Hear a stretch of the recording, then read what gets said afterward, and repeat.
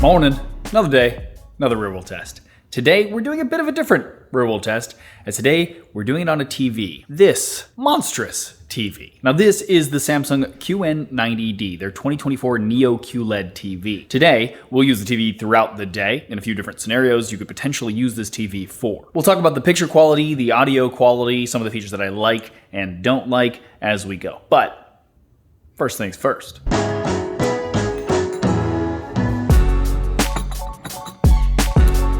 Coffee, check. And we're actually in the back of my new coffee shop called Coffee Check. I've been working on opening this coffee shop here in Greenpoint, Brooklyn for 8 months or so, and we've finally been able to open about 3 months ago now. Now, if you've watched the channel lately, you'll already know something about it, so I won't bore you with the cafe further here. But behind the coffee shop, there is a video production space that people can rent out on our website. We have a podcast booth that I doctored up with mics, mixers, acoustic panels, etc., a full working kitchen set, and here we have a living room set that I'm kind of still working on, but currently positioned in that set is the TV that we're reviewing today. So let's start by talking about the design of the Samsung QN90D, and while I have this ridiculous size here, this video will pertain to all of the different sizes of the QN90D, as they all have the same features and tech. The first thing you'll notice about it is just how small the bezels are. They're about 1/2 an inch in size mostly, and the TV itself is about 2/3 of an inch thick, which on this 98-inch version of the TV just seems more impressive and almost jarring, really. Now, when the delivery company actually brought it in, the sheer amount of flex in the display because of its size and thickness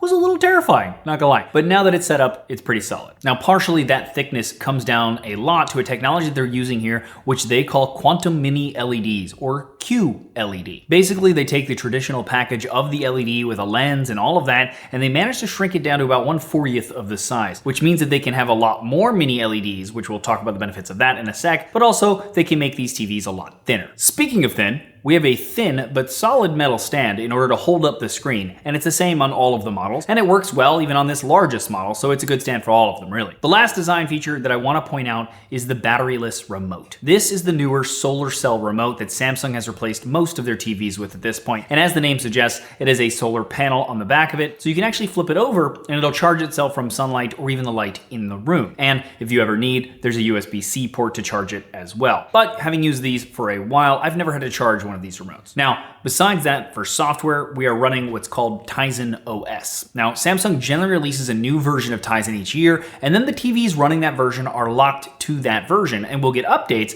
but not to the next major version. So this is Tizen 8.0, while this Samsung TV I actually have at home is Tizen 4.0. And you can see that their UI is totally different. And that is what they will always look like for the most part, because again, Samsung locks these big updates to the TV model and its year. Not a big deal, but something to just know when you're looking at Samsung TVs in general. Now in Tizen 8 on this TV, the UI is broken up into a few hubs, they're called. One of these hubs is ambient mode, which is a feature I like on Samsung TVs that allows you to use a low power mode to display things on the TV like art or photos instead of it just being a big black square. Then you have various content hubs, starting with the home hub. At the top of this, there's a recents list for whatever you've been doing. Then there is a bar that you can pin apps to and move them around as needed, which honestly is where you're gonna launch most things, I find. And then under that, you have an uncustomizable stream of content that Samsung's algorithm has decided for you, which I find sort of useless, personally. And again, you'll just launch apps that you use from that pin section, or if they have a button on the remote for one of the ones that you use, you'll just do that. And basically,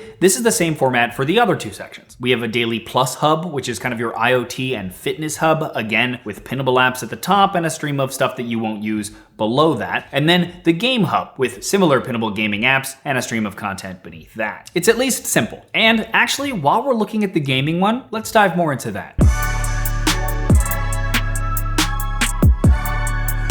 Now, I don't own any consoles, honestly. I find myself usually wanting to play games when I'm on planes or I'm laying in bed. So I have a Switch and I have a Steam Deck. So I can't really quite max things out here. But even from those consoles, everything looks and sounds great, and it handles motion well even. Beyond lighter gaming like this though, the QN90D is actually very well equipped for consoles and even PC gaming. Firstly, we have all of the ports you'd ever want for gaming in the form of 4 HDMI 2.1 ports that all support 4K 120 FPS and ultra low lag, 9.9 milliseconds according to Samsung, and it'll support HDR games as well. And if you have a PC with games that support it, it can boost the frame rate up to 144 Hz even. And we have variable refresh rates as well as AMD FreeSync Premium for any consoles or PCs that support that. You can also change the aspect ratio if you're using a PC or Mac plugged in via HDMI from 16:9, the full TV, to 21:9 or 32:9 if you want to mimic those screen aspects, if you were so inclined and you didn't mind losing screen to black bars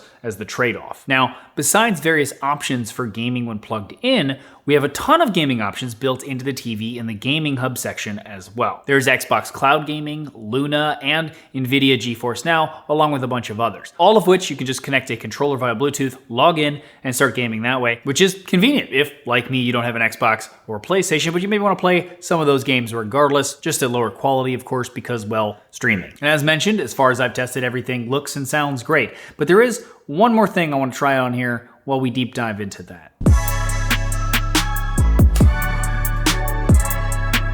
Okay, so I've watched a bunch of different movies and a bunch of different TV shows on this thing, and honestly, the picture quality is great. It's super bright and actually has a brighter panel than last year's models, and the picture quality is impressive as you'd hope from a TV like this. Again, the mini LEDs in here not only have the benefit of the TV being thinner, but they also can fit more of them on the display. Now, normally you have a certain number of dimming zones, they're called, that can be brightened and darkened to show brighter and darker areas of the screen. When you have a lot, you can actually more precisely control what gets lit up and what doesn't. A practical way of seeing this is when you have a bright object against a dark background, and you can see this blooming effect as the light from the LEDs bleeds out to the darker areas. And so in this case, since they have more granular control, they can reduce this effect. Now, OLED, the main competing technology against QLED, can turn off pixels to get a more pure black, and this new mini LED technology is what helps get some of the benefits that people choose OLED TVs for usually. Now, for color, Samsung uses a quantum dot layer on top of the micro LED panel, which is the Q in the name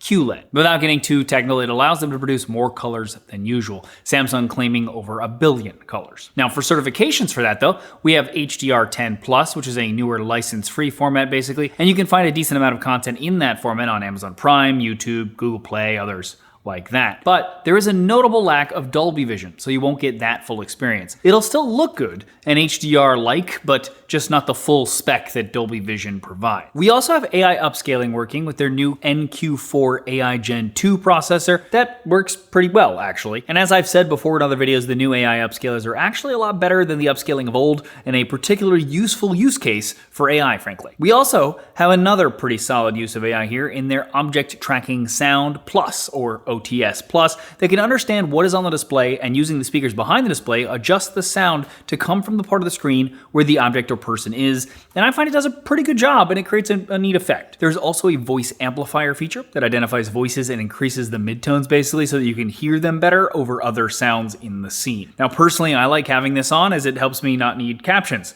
which I sometimes do for certain movies, probably because I'm getting old. But it can also be turned off if you're more of a purist and want to hear the sound as intended. Now, unlike Dolby Vision, it does support Dolby Atmos at least. And speaking of that, the sound quality is good.